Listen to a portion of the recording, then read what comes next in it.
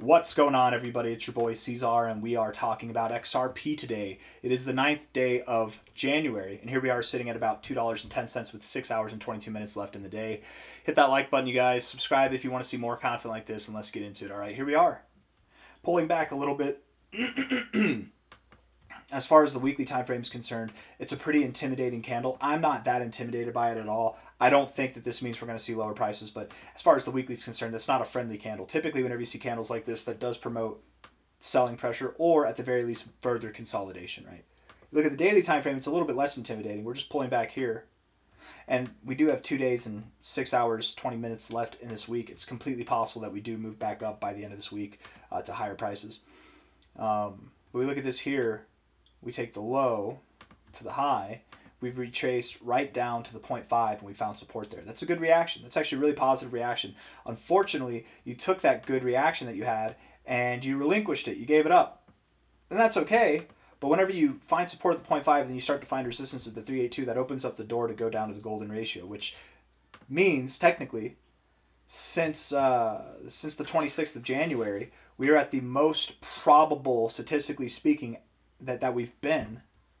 Sorry, not the 26th of January, the 6th. I'm like, wait, the 26th. We're on the 1 hour. This is the 6th. It's 2026, but January is the 6th. Since then, the probability of going below $2, going down to this golden ratio zone, has only gone up. It's higher now than it was here. The probability of going down to this zone is higher now than it was here. That doesn't mean that we have to go down there. It just opens up the door. So the thought of going down to $1.99 to $1.95 needs to be addressed. We could go down there, find support, and then recover from there. Who knows how it works? We don't have to go down there. We could find support and move up now. I'm just saying it certainly wouldn't surprise me if we did go lower. Looking at the 1 hour time frame here, you're rejecting this area. Your RSI overall looks bearish to me. The stochastics look bearish at the moment, and the MACD's bearish. It's the 1 hour time frame. It's not a huge deal, but still. 4 hour looks bearish, the stochastics are bearish, and the MACD, where you were looking to find support here, you're not doing that. You might get a cross down instead, and that should promote lower price action. We take this low to this high.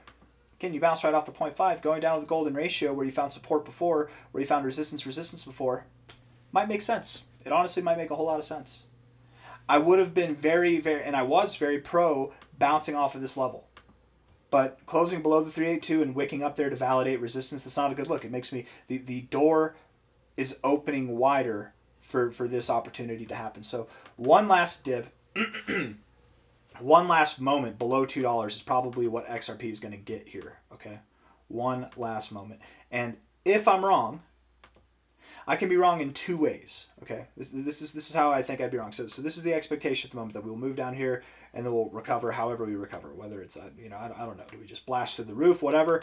We're going to go down here. That's the expectation. I could be wrong in two ways. One, well, we just pump from here, or two, we actually go lower and we go down to the 786, 886.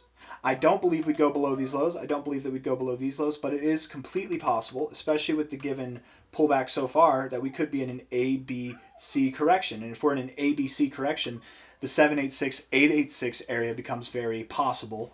ABC corrections are a very common form of corrections. They're like the most common form. So going down as low as $1.89 to $1.83 is also a possibility we should address. Less likely outcome, more likely outcome. I would say probably a less likely outcome, but more likely than this outcome. This is probably the least likely outcome. This is the most likely outcome from here. But should we start closing 4 hour time frames above the 382, $2.14, if we get 2 4 hour candles in a row to close above $2.15, let's say, that would start to turn the possibilities of going to the upside into the more probable outcome rather than to the downside as the more probable outcome. If that makes sense to you. Looking at this with the indicators, the 4 hour, again, things look bearish. I don't assume that we're going to move up from here. We probably move down a little bit more. It's kind of disappointing because what you had here is actually a really nice setup. You had this Adam and Eve, right? You had that there. As soon as you get above this, you should be breaking free, breaking loose. But what you did was you actually broke back down, and now you're back below this point. So a little bit more consolidation before we move up, but I am expecting a higher low one way or another out of this area, okay? Shouldn't be a huge setback. Daily RSI rejecting, or I guess you got deep into the overbought zone, coming back down. It's not uncommon to bounce at the 50. You actually found a lot of resistance here. You found a lot of resistance in this area too. So between here and there, you can definitely find support. There is still a chance. Again, I want to be very clear. Not financial advice, not a financial advisor. There is a very solid possibility that we do just move up from here. I could be wrong. And it wouldn't take much. It really, $2.15, that's all it would take. And not getting above there, but closing above there. That's all it would take. We're at $2.10 now. But even to the downside, even if it doesn't happen, if we're not saved and we move up, even if we move down this $1.95, $1.90, $1.83, whatever, it's not that far away from where we are. Boo-hoo. We're gonna be fine. We're gonna come up. It'll be a higher low, and then we'll move higher. We'll have a very nice kind of rounded bottom structure, actually, if we were to do something like that, which is very, very bullish in itself. Substitute your Adam and Eve for a frying pan pattern. I think that's a fair trade-off there. Stochastics are right at the 50.